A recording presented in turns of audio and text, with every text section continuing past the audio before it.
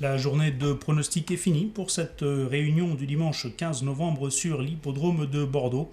145 déclarés partants, cela fait beaucoup de monde dans des compétitions relativement intéressantes et surtout pour la majeure partie d'entre elles très chargées en partant. On commencera avec le prix Henri Duré, groupe A, 2550 mètres départ autostart, 16 concurrents.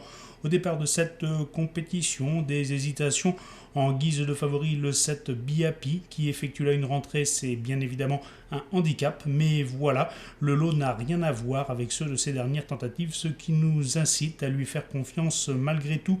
On lui oppose le 14 Bourbonfil, dont le principal handicap est de devoir s'élancer en seconde ligne, sinon sur le papier c'est une première chance. On va sortir des sentiers battus avec le numéro 9 Bambino de Mai qui sur ce parcours dernièrement s'est montré fautif au bout de la ligne opposée en s'infiltrant à l'intérieur d'un adversaire. Il semblerait qu'Éric Audebert n'ait pas pu faire exactement ce qu'il voulait. En tout cas, ce Bambino de Mai disposait de pas mal de ressources, ce qui laisse à penser qu'il devrait être en mesure de se réhabiliter.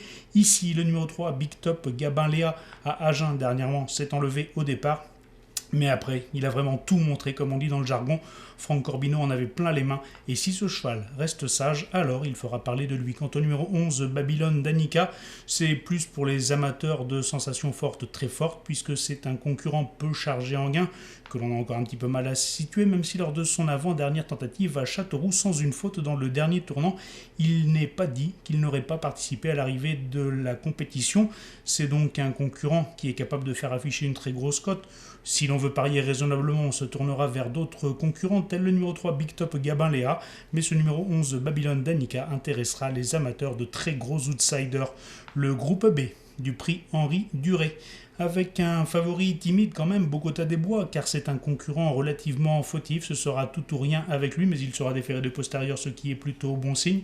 Le numéro 9, Boléro des Cajoles, sera très en vue puisqu'il vient de bien faire sur ce parcours. Il aura contre lui de partir derrière le numéro 1, c'est-à-dire en seconde ligne, ce qui comporte quelques aléas, mais en étant associé à Richard William de Necher, il a quand même pas mal d'atouts dans son jeu. Pour une surprise, il en faut le 16 Braz Le Cravant qui justement dernièrement aurait certainement devancé ce Boléro des Cajoles si tout ne s'était pas si mal passé au bout de la ligne opposée.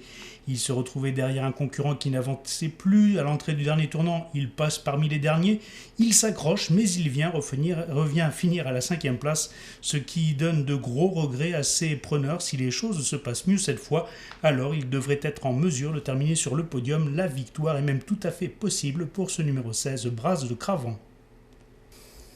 Le prix de l'hippodrome de Toulouse, la 3e épreuve du programme, certainement la plus belle du jour, les meilleurs 4 ans du sud-ouest sur les 2550 mètres départ autostart, seulement 9 concurrents au départ de cette compétition, dont le champion régional Brissac qui portera ici le numéro 7, rencontré mardi.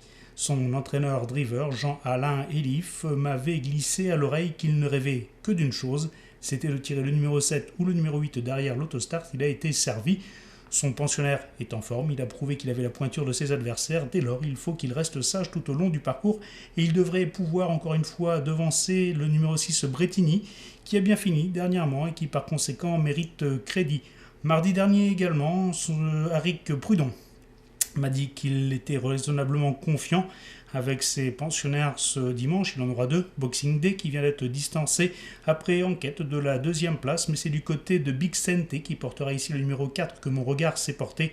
En effet, dans l'épreuve de référence sur l'hippodrome de Toulouse, s'il ne s'était enlevé à la sortie du dernier tournant, je crois qu'il aurait fourni une très belle ligne droite. C'est un concurrent qui sera proposé à une cote amusante ici et qui dès lors me paraît constituer un pari amusant, le 4 Big Sente.